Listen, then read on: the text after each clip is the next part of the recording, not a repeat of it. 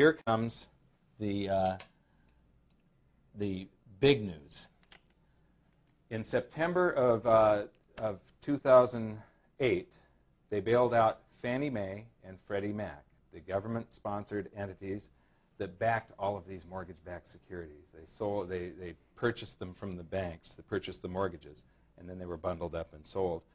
When they bailed them out, the Federal Reserve wrote a check, and it created another. It took 200 years to go from $0 to 825 billion. 825. And then they printed another 900 billion in September of last year. And so this was 1.8 trillion roughly. And then in March, they announced another 1.2 trillion. So now we're at $3 trillion paper dollars that exist. This is in less than a year, folks. We've gone, it's almost 4 times, it's like 3.7 times the amount of paper dollar currency that exists on this planet, paper dollars, than existed before September 9th of 2008.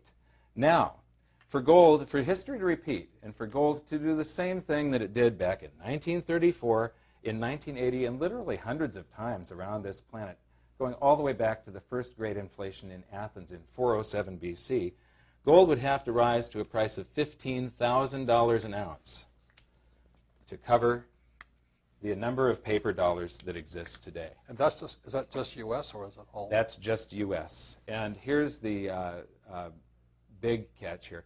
A lot of people are worried about gold being confiscated or something, the U.S. government banning private ownership of gold. Well, the problem is 70% of all the world's currency is U.S. dollars.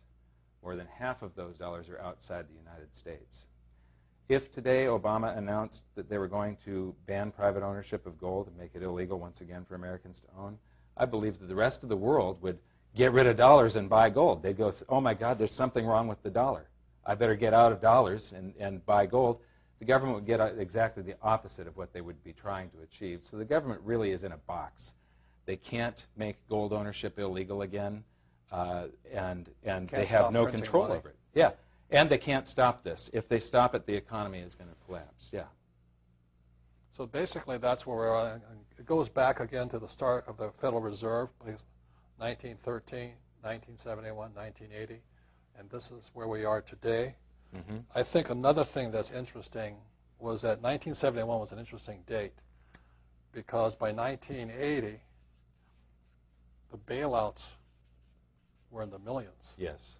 By 1990, the bailouts were in the billions. And by 2009, it's now in the trillions. And probably headed toward quadrillions soon. So as you know, that, as we've said in Conspiracy of the Rich, every fiat currency, everything that's been printed, ultimately goes to its true value, which is zero.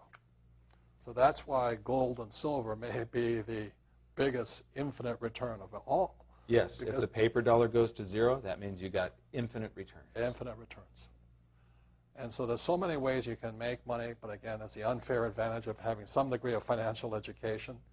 And this is the reason we wrote Conspiracy of the Rich, is because this is not our opinion. These are facts right now, and I think we're out of control.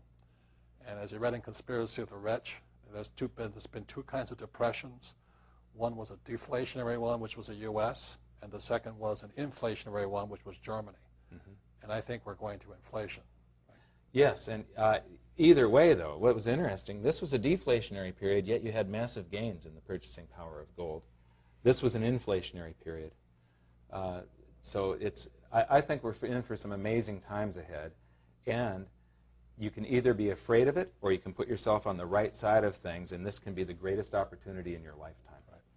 This could be the biggest transfer of wealth ever. Yes. This is Mike Maloney's book, Guide to Investing in Gold and Silver, and thank you for being a Rich Dad Advisor. Thank you.